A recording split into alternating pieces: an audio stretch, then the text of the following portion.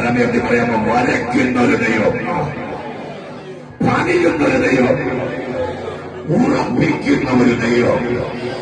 എന്റെ ഉള്ളിൽ ശബ്ദം കേൾക്കാൻ, ദൈവം ഉറപ്പിച്ച അതിനെ ഇളക്കി മാറ്റാൻ ഉലകത്തിന് ശക്തിക്കും കഴിയുകയില്ല.